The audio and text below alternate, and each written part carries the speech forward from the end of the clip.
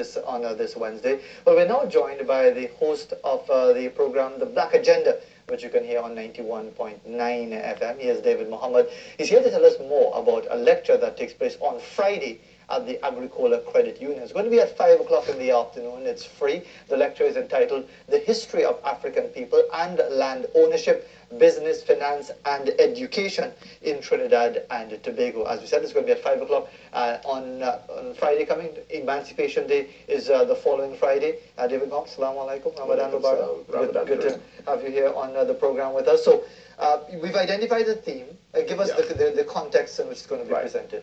Well, the context is that the African community in Trinidad and Tobago, and by extension the wider Caribbean, and by extension the diaspora, is in a social crisis, and our young people, particularly our males, are at risk to a number of challenging issues: broken homes, dysfunctional families, faulty parenting, poverty, unemployment, educational underachievement, negative peer group influences, etc.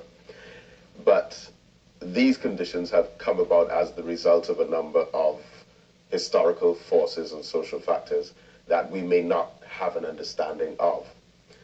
And the history of African people in Trinidad and Tobago in particular has so many unique dimensions in comparison to just about anywhere else. And I think that it's absolutely necessary that we have an understanding of many of those episodes that would have shaped the African community and that would have had an impact of cause and effect on the social crisis that we're seeing today, which, of course, there's little understanding of its background, how it emerged, and what this provokes is blanket condemnation, prejudice, stereotyping, profiling, and prejudgment that even gets to the corridors of decision-making. So knowledge is required. What are you hoping to achieve by this dialogue? Because some might express to you, well, this is just another example of trying to make excuses and be apologetic about what clearly is a crisis in the black community in many respects. Yeah, well, it is a key objective to make the knowledge, make the information available.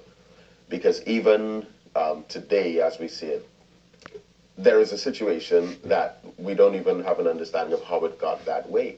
I mean, of course, Trinidad and Tobago's African population was brought in from so many different locations as in comparison to, say, other Caribbean islands. First of all, Trinidad was underpopulated up to 1797. We barely had 5,000 people on the island up to 1783. And you had a lot of African people in this country who owned slaves. The first Africans that came to Trinidad came in 1592, not from Africa, but from Spain, and they would have had an Islamic heritage. They were called Ladino, who were descendants of the African Muslims from North Africa. And at that time, Spain was at one point at the seat of an Islamic caliphate. And you had 3,000 mosques in an area called Cordoba, very strong Islamic heritage. That is where the first Africans came from. And then more Africans were sold to Trinidad from the Dutch in 1619 that came from Africa. So you had Africans from Spain, Africans from Africa. And then in 1783, with the cedule of population, French-speaking Catholics came to Trinidad who also bought enslaved Africans. And some of them were Africans, again, as I said, called coloreds or mulattoes, that owned other Africans. And then by the time 1797 came, the slave trade started in full swing. Now, most of the Caribbean territories did not have such a checkered history in terms of migration. They even brought in hundreds of Africans from Cuba here, as well as America. After 1812, the war, the Civil War in America, the burning down of Chesapeake Bay, a lot of Africans gained their freedom and came to Trinidad and started areas like the Company Villages, Fifth Company, New Grant, Hard Bargain, etc. So we have a very complex matrix of different social experiences of African groups and cultures. And then when emancipation came about now, and the Africans left the plantations and estates and went into the rural areas, there was a need for labor back on the plantations. So racist laws were written, one calling the African squatters, because we were kidnapped and brought from Africa, but then we were told we're breaking the law by being here, squatters, so we had to get back into the plantation. Then in 1846, they passed the Master Servants Ordinance, which was designed to keep African people landless and propertyless. And believe it or not, that was only repealed. That law was only repealed in 2011 after a meeting between Prime Minister Kamala Sessa and some of the representatives of the trade union movement. They held a press conference right after, and the Prime Minister announced that we have decided to repeal the Master Servants Ordinance of 1846.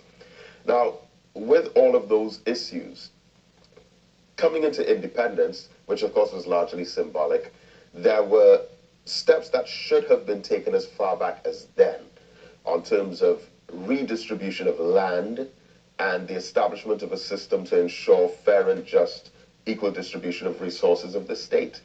But instead of that happening, you had the symbolism and euphoria of independence with national colors, red, white, and black, a coat of arms, a national anthem, national pledge, watchwords, discipline, production, and tolerance.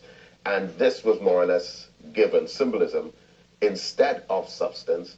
And what took place was you maintained that triangular-shaped social structure, the exact same, the identical social stratification order that took place during slavery, took place after independence, and largely remains today. Is it an exaggeration to say that? Because you have a situation now where many will acknowledge that history and say, yes, you are shaped by your history, you are influenced heavily by that history. But is it not fair to say that in the Trinidad and Tobago of today, as imperfect as it is, as chaotic or maybe even hopelessly corrupt as it is, there are opportunities for people who are so inclined of every creed and race to be able to make something of themselves business-wise and so on. And there are people of Africanism who have been very successful in the business community for many, many years. So is it a comfort blanket to draw on that history of victimization? No, absolutely not. And there is considerable upward social mobility, especially with our educational system. I mean, we have made tremendous strides, to the contrary of the view. It's not about making excuses or even lamenting over how terrible the situation has been. I think especially since 2006, with the introduction of free tertiary level education for all, even if 2000 with the mandatory universal secondary education, the educational system that Dr. Eric Williams established, these have been magnificent steps, I dare say even leaps, in ensuring that there are great opportunities for the so-called underclass, proletariat, working class to make great strides. But you still see, however, a predominance of the impact of those negative social forces that we inherited largely from the days when Trinidad became a slave society, even for that short. But an interesting point on the education. But we just have a few seconds left, but I'll allow you to make that point because our next guest is patiently waiting for his opportunity. But just make that point. About the education system. In 1960, there was a newspaper front page, Guardian again. Right? I'll keep advertising Guardian. Go ahead. No, this is a bad one. Where they superimposed the face of Adolf Hitler over the face of Dr. Eric Williams. And he was accused of being a quote-unquote Hitler because he was promoting an educational system that was run by the government. And of course it was the churches, in particular the religions, even people like Don Basil Matthew, who were strongly opposed. I mean, the position was, how could you have schools that are not built by the church? And he, of course, in pushing for it, eventually we saw the junior, secondary, senior comprehensive system. But there was a compromise. And the compromise was, okay, well, we will allow the churches to have a 20% choice in the common entrance exhibition, which eventually became common entrance, which is now SCA, which you heard about the corruption in common entrance story. So that was a compromise that took place. Yes, indeed. Well, the time is against it, but it does suggest there's going to be a very interesting dialogue. It's going to be on Friday at Agricola Credit Union, and it begins at 5 o'clock. It's free, and the theme, once again, the history of African people and land ownership, business.